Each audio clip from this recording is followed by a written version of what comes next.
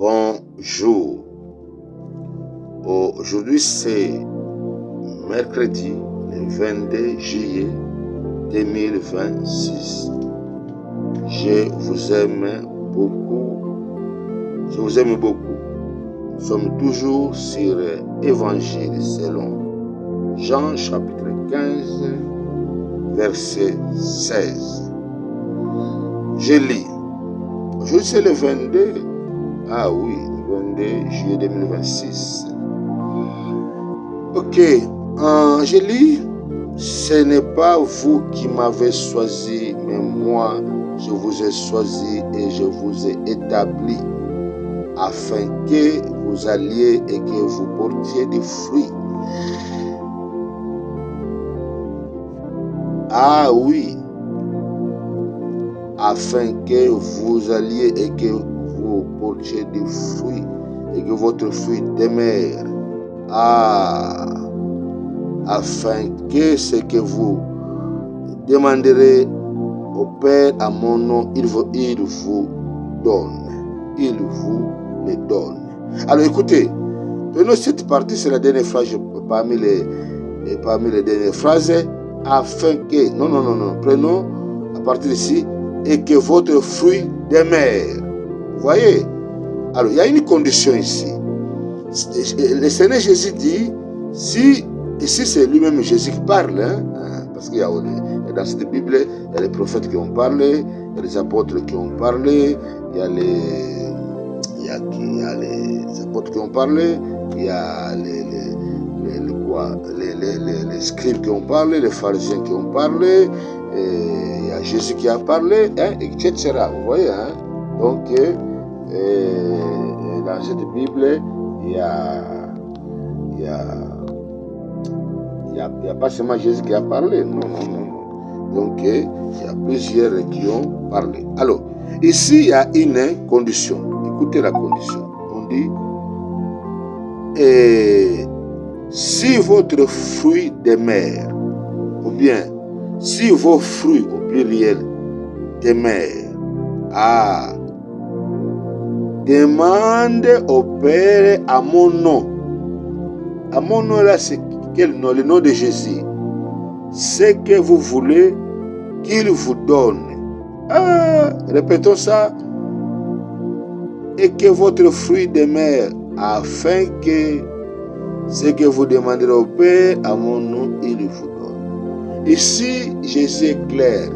Si vous produisez beaucoup de fruits pour lui, si ces fruits demeurent, tout ce que vous voulez, demandez à Dieu, à son Père qui est votre Père.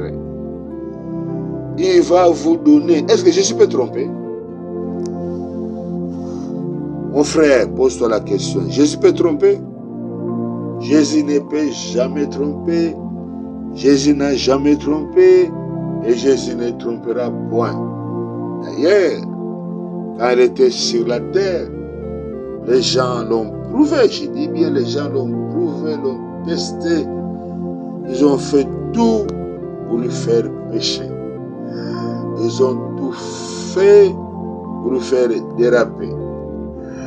Ils ont tout fait ce qu'il fallait faire pour lui rendre ridicule.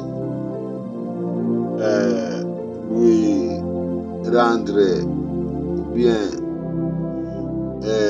lui rendre donc un homme qui est un vaurien, voilà, c'est ça. Lui exposer au monde, voilà, c'est menteur. Il vous trompe, il est fils de Dieu. Il vous trompe, il est venu sur la terre, faire la volonté de Dieu. Ses ennemis dans ce monde, ils ont tout fait, ils n'ont pas réussi. Ils l'ont apporté jusqu'à la croix pour faire quoi? Lui clouer là-bas. Oui, clouer là-bas. Alors là, l'ennemi s'est trompé. L'ennemi s'est trompé, mes frères et sœurs. diable, Satan, Lucifer, serpent ancien, les gens qu'il a utilisés, les pharisiens, bref, les religieux qu'il a utilisés. Il croyait ceci. Si nous clouons Jésus, eh bien, nous devenons gagnants sur lui, nous devenons des champions sur lui. Or que il y avait un secret caché. En les clouant, c'était la victoire d'abord pour nous, parce qu'il est mort pour nous, et la victoire sur lui-même, c'est sa personnalité. Je répète, si Satan, si ses ennemis sur la terre savaient que si nous clouons Jésus, ce sera notre échec, ce sera nous qui allons perdre, nous qui aurons la honte, nous serons dépouillés, nous deviendrons ridicules à sa place. Bref, nous deviendrons dans ce monde des gaillards zéro, et puis nous ne pouvons plus rien sur lui, non seulement lui, mais sur ses enfants, sur ses fils, sur les véritables chrétiens. Nous n'aurons plus de pacte sur eux, nous n'aurons plus de pouvoir sur eux, ni autorité sur eux, nous n'aurons ni puissance sur eux, ni une raison de leur faire du mal. Nous n'en aurons plus. Si Satan savait, si ces gens ici, les religieux savaient, ils n'allaient pas les clouer. Vous voyez? Mais ils ne savaient pas. Quand ils l'ont cloué, ils ont crié que terminé. Et après, ils ont vu Jésus résister. Ils ont dit c'est trop tard. Alors, son échec aujourd'hui est consommé. Donc, il a 0 sur 100. C'est pour cela, aujourd'hui, toi, tu es plus que vainqueur. C'est le diable, c'est ses œuvres, c'est ses acolytes, c'est ses agents, c'est ses manœuvres, c'est ses œuvres.